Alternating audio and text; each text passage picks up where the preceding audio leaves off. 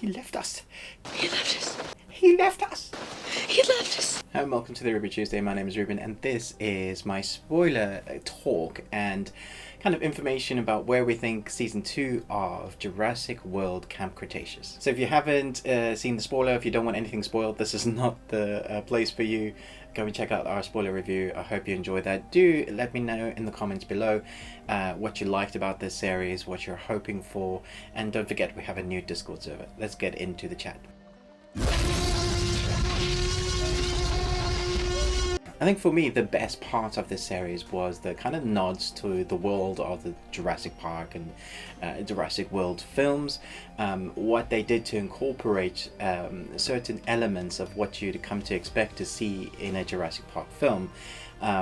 They really did well to kind of place you in the zone. So for one, like with my opening, you know, in Jurassic Park 1 we have that guy that leaves the kids in the 4x4, the Jurassic Park 4x4, and he goes into that bathroom and then the T-Rex comes and eats him. No. We have a similar moment here with the guy takes their van and leaves them, and then the dinosaur eats him along the bush. I do like the way they show that, and so those moments I thought were very good. There were other key moments in this series that I thought were fantastic. The cattle drive, when they're in the little pods from the Jurassic Park, the Jurassic World films, and they have to herd, I guess, all the herbivores, and that gets pretty exciting, especially later when we have the kind of quicksand moment with one of those pods. I've always liked the idea of the pods. I'd love to know how they actually work. It's, you know, a gyroed, although in these gyros we don't actually see the internal gyro moving and the outer shell moving. I always thought that was weird, because how does that actually move with them inside if you don't see the two mechanics? The moments when you get invested in these characters is when they start building the backstory. So when you see the story with the father that is sick and he will never get to go to Jurassic World with his son, that was partly the moment where I started getting invested with these characters, because when you get those backstories, like with the spy, who I thought was very interesting, having her, you know, disobey her parents, well, not really tell her parents everything to try and save her farm. I thought those moments make this series really interesting. There were some moments of disbelievability, and I get it. When you're watching an animation series about kids running away from dinosaurs, there is a sense of, oh, okay, this is animation for one. It's a kind of family kids animation. It's got dinosaurs in it. What do you want? But there has to be a sense of believability, like a grounded believability, so that it makes the peril that these people go through, or these kids go through, anybody that involved in this universe, makes it feel more real, more tangible. You can kind of put yourself in that position. And there were moments in this where you're just like, well, that would ever happen. And the biggest one that stands out to me is that tram moment. So when the kids get attacked and they have to jump off the tram, they roll and hit the ground fine, like they should have had broken legs, probably maybe death. I mean, you couldn't show that, but they do seem to, like, oh, that hurts a bit, and then they're fine. Also, the fact that that other kid who just disappeared into the brush, it looked like he died, and I thought, wow, that really adds some weight, because now, you know, there's real terror. Characters can die. And the fact that we see him alive while his fingers are moving is great, because I was rooting for him. He's kind of the underdog. He, you know, he doesn't have a lot of, I was not even expertise. None of them have expertise really to survive this.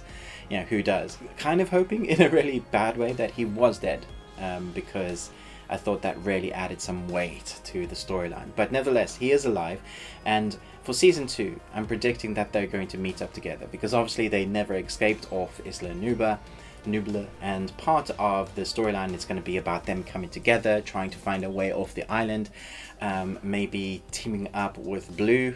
I would love to see them interact more with what was going on in the film, so the storyline, because they did that quite nicely. We saw some of the events with the helicopter smashing into the pterodactyl dome and releasing all of them. We saw the giant crocodile. We saw obviously the dinosaur, not dinosaur, the man-made monster. And those bits were great, but I would like to see them maybe have an animated version of some of the characters. I'm talking about the animation. Do you think that we were right in thinking that sometimes the animated characters look very porcelain, very mannequin? When they're close up there was more emotions, but just as a kind of standoff they looked very strange. It was a weird way to go with the animation style, but for the most part I thought the story was really good. What I thought the series managed to do really well was really put you in the zone of this adventure. I remember the first time I watched Jurassic Park, I was in a cinema in South Africa, I was very young, and I came out just wanting to go straight back into that world. It brought me to that place, and there were moments in this series where there was a bit of wonder, and that's what you really need to have, like the giant tree that's their base camp, which unfortunately gets destroyed, which I was really sad about. But you know, there are moments like that, ziplining across you know, the long necks. All of that, I thought that really added nicely to the adventure that these kids had. And there's enough peril and adventure and tension for you to keep really invested with these characters and then want to know what's going to happen next. So let me know in the comments below, where do you think this is going to go? Where you're hoping that's going to go? Should they incorporate more of the other characters from the films, or should they go their own way now? I quite like it that it's intertwined into the universe world. I'm hoping that maybe we will get another season after the next film has dropped. Maybe they can incorporate like Jeff Goldblum and Sam Neill. That'd be a lot of fun. Thanks for watching this spoiler talk review, possibilities of season 2. Do chat to me in the comments below. Don't forget we have social media pages and a new Discord, so chat to us there. But most of all, until next time, remember, live long and Tuesday.